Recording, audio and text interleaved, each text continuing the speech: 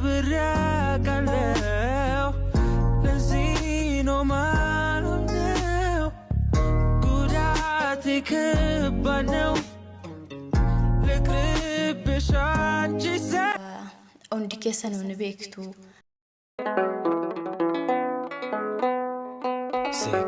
Sikofana beka Rakina konda Gafende bidabe Kesiko Mallaan jedha seetaan abbaan koo yeroo ijoollummaa kootii jechuudha. Yeroo sana ani baay'ee xiqqoodha jechuudha. Yeroo baay'ee yoo balleessines inni nutti hin eekamu jechuudha. Yeroo baay'ee nu gorsuu jaalataa jechuudha. Yoo balleessines yoo balleessuu baannes wanna gara fuulduraatti ta'uusaa ta'uu fuulduratti maal akka goon yoo kana gootanii akka waan nuti taanu hunda isaa gorsaan nu barsiisa jechuudha. Waa hundayyuu jechuudha. Kanaaf maalun jedha fakkeenyaaf yeroo midhaan nyaannu jechuudha. Yeroo midhaan nyaatanii osoo afaan keessaa nyaatanii hin fixini kan biraa hin kutatina. Osoo nyaanni fuuldura keessan jiru hiixattanii gara nama biraatii hin kutatinaadha. Yoo midhaan nyaatanii inaasaa hinaadha. Namni nama taazabaa. Nuun jedha jechuudha yeroo sana. Ani yeroo sanatti nuti silaa kana hin goonu maalumaaf nuun jedha jedhee keessa kiyyatti oduun balleessin akkana nuun jedha jedhee keessa kootti hin tennina jedha jechuudha. Garuu inni yeroo sanatti balleessinni osoo hin taane osoo hin beekin daa'imummaadhaanis gochuu dandeenya haa ta'u malee wanna gara fuulduraatti namni namaan jedhu hundasaa nu gorsa jechuudha. Amma nama fuulduratti gaafa odeessa nyaatanii namni nama taazabaa. Gaafa nyaata humnaa ol lafaan kaawwattanis namni nama taazabaa. Namni guddis badee namaan jedha. Maqaan keessanis ni bada. Akkasumas immoo maqaan keenyallee akkasuma guddis badee ni jedha. Yoo seeran amma sin gorsaati amma wanna namni namaan jedhu sinitti maatii hin guddatini booda itti baruun sin rakkisa waan ta'eef amma osoo baraatti guddattanii gaariidha. Balleessitanii miti ani kana sin gorsu tarii osoo hin beekin gochuu dandeessu. Namni immoo waanuma xiqqoodhaanii waan ta'e nama taazaba waan ta'eef of eeggannoodhaanii haala kanaan akkasitti nyaadhaa akkasitti hin dubbadhaa nuun jedhee nu gorsa jechuudha. Yeroo baay'ees fakkeenyaaf shamarranii akka naannoo keenyatti akka baadiyyaatti na guddannu jechuudha. Dhiira tokko wajjin deemuu keessi arginaanii dhiira tokko wajjin taa'uu keessi arginaan jechuudha. Namoonni baqqaati sana booda maqaan taane si baasu jechuudha. Ishiin ikkoo dhiira akkasii wajjin achi teessee isa wajjin achi deemte mina jedhanii maqaa nama balleessu jechuudha. Waan hin taane namaaf moggaasu jechuudha. Kanaaf maqaan qeessii fi maqaan shamarran jechuudha. Maqaan dubaraa tokkodha jedheetu nutti hima jechuudha. Qeessii jechuun nama beeta kiristaanii keessa tajaajiludha. Garuu innis dubartii tokko wajjin akkas ta'e jedhamee odeeffamnaani maqaan isaa badeera jechuudha. Maqaan qeessii fi maqaan dubaraa tokkodha. Maqaa tokko si baananii maqaan bahee fi karaan bahee maal hin taane jedhu sayyummaa ishee keessatti jechuudha. Innaa kanaaf ijoolli koo akkas jedheetu nu gorsa jechuudha yeroo baay'ee. Nutti hin eekamu jechuudha yeroo bu'aa balleessinus haa ta'u wanna gara fuulduraattis barumsa irrattis haa ta'u yeroo baay'ee nu gorsa jechuudha. Umurii dheeraa naaf haa jiraatanii hin jedha. Kanaaf xiqqoo armee keenya yoo xiqquma balleessine ishituun nutti dheekama malee faazeriin keenya nu gorsa jechuudha. Inni kanaaf maal sin jechuu barbaadetanii haala itti guddannisitti munkoo fakkeenyaaf sooshaal miidiyaa kanarratti namoonni feemes ta'uudhaaf wanni isaan hin goone hin jiru jechuudha. Keessattuu amma shamarran jechuudha. Nyaata haala kana nyaachuu jechuun dhugaa hedduu tokko maqaan isaa inni dhiira ta'ee jiruyyuu dhiirri haala kanaan hin nyaatu jechuudha. Maaliif jechuudha fakkeenyaaf akkaafan tokko gaafa biyya lafarraa fuudhu haga humna isaatii oli fuudhu. Amma itti safaramu amma humna sana fuudha sana walitti hin baatu jechuudha.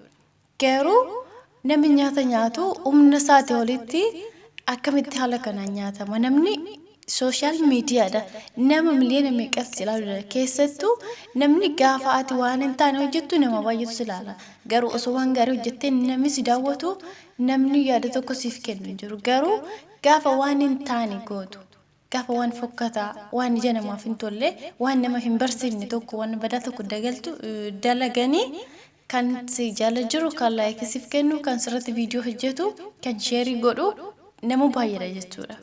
Kanaaf garuu kuni nama keenya biratti maaliif akka barumsa ta'e hin beeku garuu nama baay'ee nama barsiisu waan fakkeenya namaaf ta'u waan nama gorsu waan nama fayyadu tokko gaafa lakkisu kan share si godhu kan comment si godhu kan si jabeessu kan si maddii dhaabbatu kan dabarsee namoota hiriyoota isaatiin ga'u hin jiru beekte. Inna kanaaf kuni nyaata fillee kabaja dhoowwudha. Nyaanni kabaja qaba keessattuu shamarran miidiyaa irratti baatee haala kanaan nyaata nyaachuu jechuun dhugaa hedduu tokko nama qaanessa guddis badii nama jechisiisa. Fakkeenya namoonni biyyoota kaanii yoo ilaalan shamarran akkatti nyaata nyaatanii biyya eessaati maali seeraan hin guddanne nama guddisni isaanii badii tokkotti fakkaata jechuudha. Garuu haa ta'u malee maatii isaanii akkatti guddisanii osoo hin taane bakka ergaa guddataniitoo haalan taanii keessa galanii haalonni dubbiin isaaniitiin dubbatanii sosochoon yookiin immoo wantoonni isaan raawwatan hundi bakka jechuun isaaniif akka waan beekamtii tokko isaanii kennuutti fakkaata jechuudha. Haala kanaan beekamtii argachuu jechuun osoo afee isaanii wayyaa jechuudha. Maaliif kuni gaarii miti fuula namaa duratti waan isii kabachiisuu hin taane waan ishii salphisuudha malee jechuudha. Fakkeenya hamma namoota kana iddoo biraatti argite tuni ko intala gaafa sanaa achirratti baatee nyaata akkasitti nyaatu san jedhee namni quba sitti qabee yaadan taane yookiin immoo madaalliin taane siif kenna jechuudha. Kanaaf hojii keetii waan ta'eef jechuudha. Kanaaf gaarummaa hojjechuudhaan osoo famous taanii gaariidha. Garuu haala kanaan miidiyaa irratti ba'anii jechuudha. Maatii ofiitiifis qaanessu yookiin immoo ofiifillee iddoo namni si xiqqeessa jechuudha. Iddoo siif hin kennu. Fakkeenya viidiyoo kana tarii ijoollee godhachuu dandeessa, maatiin kee arguu danda'u, firoonni kee arguu danda'u. Gaafa akkatti si arganii akkamitti miidiyaa irratti baatee akkas taate namaan jedha namni jechuudha. Hedduu tokko nama taasisa. Tarii ijoolleen keellee gaafa guddatan viidiyoo kana of jalaallee balleessuu baatanii iddoo garagaraatti share ta'ee jira waan ta'eef nama arguu danda'an. Kanaaf namni gaafa guddate yookiin immoo obboraa deemu haala gaariin na'umsa gaariin osoo deemee gaariidha. Beekamtii argachuudhaafis waan gaarii dalagee osoo ta'ee haa ta'u bareedaadha. Garuu haala kanaan miidiyaa irratti ba'anii haala kanaan nyaata nyaachuu jechuun hedduu tokko nama salphachiisa jechuudha. Nama baay'eetti arga. Waa baay'ee isin jechuu danda'a. Namoonni haala garaagaraa keessatti guddachuu danda'u garuu haa ta'u malee na'umsa qabeessa mataadhuma ofiitirraayyuu haala gaariin akkamitti akka nyaatamu akkamitti akka deemamu akkamitti akka namni nama taasisuu fi nama fuulduratti fudhatama akka argatan ni beeku jechuudha. Garuu haala kanaan deemuun hedduu tokko nama salphachiisa jechuudha.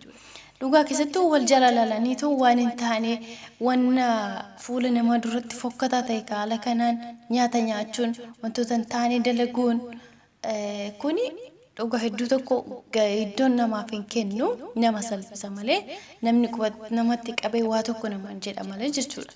Kanaaf tuni guddis badeedha namaan jedhu jechuudha. Akka naannoo keenyatti fakkeenyaaf wanta hin taane yoo dalagdu haala dubbannaa keessatti adeemsi keessatti haa ta'u wantoota itti raawwattu keessatti yoo haala hin taane hin deemne ta'e tuni immoo guddis badeedha. Maatii keessa jiran guddisni waan akkasii jedhanii namaan jedhu jechuudha. Kanaaf warreen akkatti waan kana raawwatan kun osoo raaf qusatanii beekamtii argachuudhaafis jecha haa ta'u bakka haaluma hin taane keessatti ilaalchisaan hin qabanis akka barbaadanitti nyaanna jechuudhaafis mirga qabu garuu seera qaba. Garuu mana keessatti osoo nyaatanii haala barbaadaniin haa ta'u maaltu isaan argaa miti. Garuu miidiyaa irratti akkaatti ba'uun waan hin barbaachisne fuula namaa durattis waan fokkataa seera qabaa jechuudha. Nyaanni garatti nyaatamu keessattuu immoo haala kana dubarri shamarran takka akkaatti nyaachuu jechuun dhugaa hedduu nama qaanessa jechuudha. Ani gama kootiin baay'ee tokkoon taasisabee jechuudha. Maaliif namoonni baay'een arguu danda'u. Isheen osoo deebitee of taasisabdee namoonni maal akka jedhaniin koomentii san jalatti fa'a baay'ee tokko hedduu nama qaanessa jechuudha. Kanaaf shamarran keenya maatii ofiitiifis qaanessaa ofiifis iddoon taane ofii laachaa namnis akka iddoo ishii dhabsiisu yookiin immoo gadaantummaa tokko akka ishii xiqqeessu ishii taasisa malee kun iddoo hin kennuufi. Haala kanaan immoo beekamtii argattes booda of sirreessuun isaan rakkisa beekte. Maaliif adeemsi isaan ittiin dhufanii haala hin taane waan ta'eef waan namni bakka isaan jajjee ta'u waan gaarii hojjetanii iddoo sana gaanitti fakkaata jechuudha. Maaliif namoonni isaan hordofan illee baay'achaa jira waan ta'eef hin baay'ata jechuudha. An koomentii kennu sharii godhuu kan daawwatu likkee hin qabu jechuudha. Kanaaf kana of sirreessuudhaaf illee xiqqoo rakkatu jechuudha namoonni akkana jechuudha. Inna kanaaf har'a kana jechuu barbaada. Waan akkana kanarraa osoo qusatanii gaariidha jechuudha. Mana keessatti bakka namni agarritaa ta'u jechuun jireenya mana isaanii keessatti akka barbaadan jiraachuu danda'u. Garuu osoo miidiyaa irratti akkaatti ba'anii nama biyya eessatti kuni maal akka addunyaatti namoota biyya garagaraas ilaala jechuudha. Keessatti tokko irratti jechuudha. Namoonni waan hin taane jechuudha. Amantaa kiristaana fakkaatee waan isarraan barbaachisne hojjeta. Amantii musliima ta'ee hijaaba uffatee waan isarraan barbaachisne hojjeta. Kana jechuun immoo gaarii miti jechuudha. Maaliif haala amantii ofii, haala aadaa ofii fi safuu ofii eeggachaati wanta godhan sana osoo raawwatanii iddoo tokko namatti tola jechuudha. Indaa kanas jechuu barbaada har'a ani iddoo tokko isaan taasisee jira jechuudha. Maaliif iddoo sirreessaa deemnee gaariidha. Miidiyaa irratti ba'anii keessattuu immoo haala kanaan nyaata nyaachuun baay'ee tokko nama qaaneessa jechuudha. Boodallee waanuma hin taane bakka wanna fuula namaatiin tole akkasumaan qabatanii dhufu jechuudha. Maaliif itti barateera namoonni isaan daawwata feemesii ta'uu jechuudha. Kanammoo booddee sirreessuudhaaf illee isaan rakkisa waan ta'eef jechuudha. Egaa obboleessa tokko nagaa siin gaafachuu hin daganne ashama harka fuunee akkam jirtu. Hordoftoota chaanaalaa Ayni YouTube jaalatamoo fi kabajamoo kan taatan akkam jirtu nagaa keessanii. Ani obboleettiin keessan nagaa kooti waaqayyoodhaaf haa galatu. Egaa viidiyoon kiyyaarraa isa kana fakkaata. Warreen chaanala kanaaf haaraa taatan subscribe gochuun is dabalama. Warreen duraan immoo maamila koo turtan hedduu ulfaadhaa galatooma. እኛ ያው ታዋቂ ለመሆን ፌመስ ለመሆን ወይም ደግሞ ብዙ ሰዎች እኛን እንዲያውቁ ለማድረግ ያለን ጥረት በጣም እጅግ ነው የሚያስጠላው። ለምን እንደሆነ ታውቃላችሁ? በሚያስጠላ ነገር ታዋቂ ሆነን መጨረሻችን ላይ ደግሞ ጥሩ ነገር እሰራለሁ ብላችሁ ካሰባችሁ በጣም ነው የምትሳሳቱት። ለምን እንደሆነ ታውቃላችሁ? መጀመሪያችሁ ያላማረ መጨረሻችሁ ማያምርማ።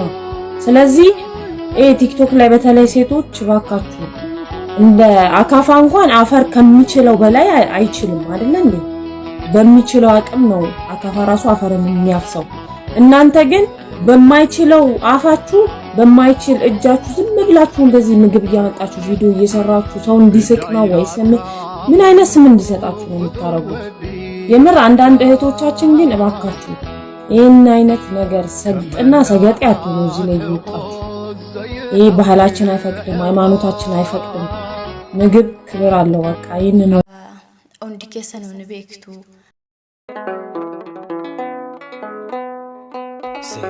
ሲቆፋና ቤካ ራኪና ኮንዳ ጋፌንዴ ቢደቤ ከሲኮ ነመዳ